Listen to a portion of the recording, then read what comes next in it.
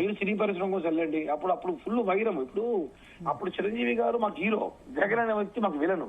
Villain దగ్గరికి hero పోతే ఎలా ఉంటుంది సినిమాలాగా? కాబట్టి ఆయన అక్కడ పోవడం మేమైతే దాన్ని అభ్యంతరం వ్యక్తం చేశాం.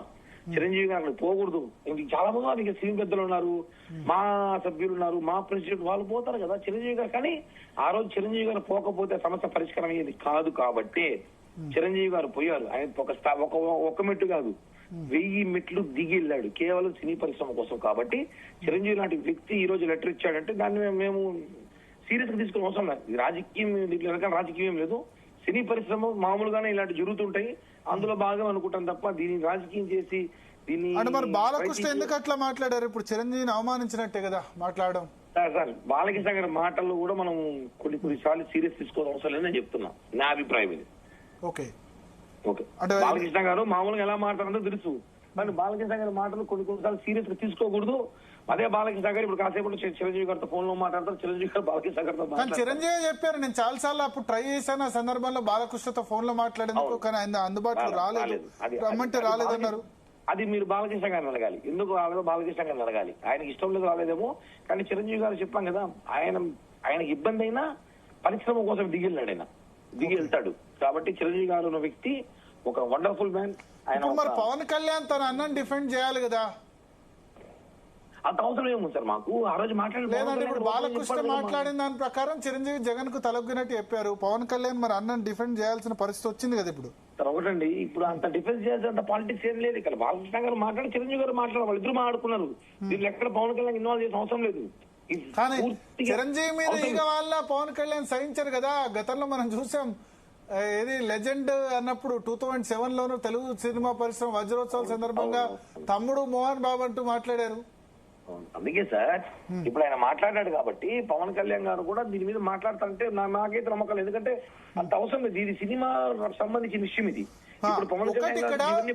పవన్ కళ్యాణ్ కి బాలకృష్ణకి ఈక్వేషన్ బానే ఉన్నట్టు కనబడుతుంది. ఆహా షో తర్వాత చూస్తే తమ్ముడు ఆ రోజు చంద్రబాబు గారు జైల్లో ఉంటే పవన్ కళ్యాణ్ గారు లాంటి వ్యక్తి ఆ రోజు వెళ్లి బాలకృష్ణ గారు కలిసి తీసుకొని చేశారు.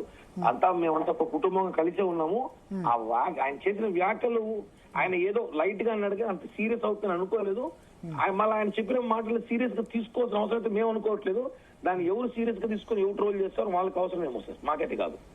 ఓకే, బాలాగారు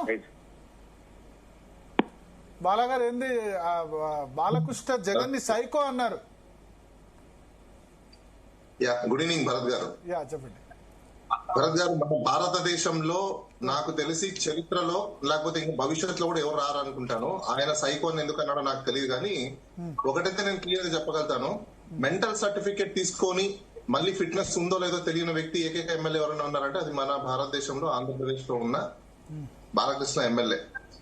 ఇది నేను చాలా సందర్భాలలో కూడా చెప్పడం జరిగింది. వినిపిస్తుంది ఏమంటారు? సో ఇప్పుడు అలాంటి వ్యక్తి వ్యాఖ్యలు చేస్తున్నప్పుడు అసలు మనకి నిజంగా భారతదేశంలో రాజ్యాంగం రాసుకున్న రాజ్యాంగంలో ఈ రోజు మనం ప్రజలు విచక్షణతో ఓట్లేస్తున్నారా, విచక్షణ లేకుండా ఓట్లేస్తున్నారా గమనించాల్సిన అవసరం కూడా ఉంది.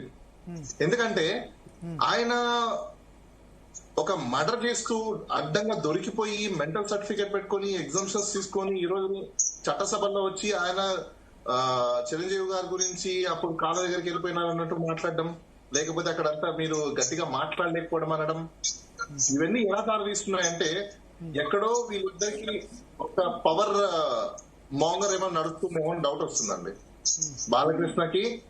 అలానే మన చిరంజీవి గారికి పవర్ మాంగర్ ఎక్కడ నడుస్తుందని క్లియర్ గా అర్థమవుతుంది. ఎందుకు అర్థమవుతుందంటే ఇక్కడ 2 థింగ్స్. ఇప్పుడు వాళ్ళు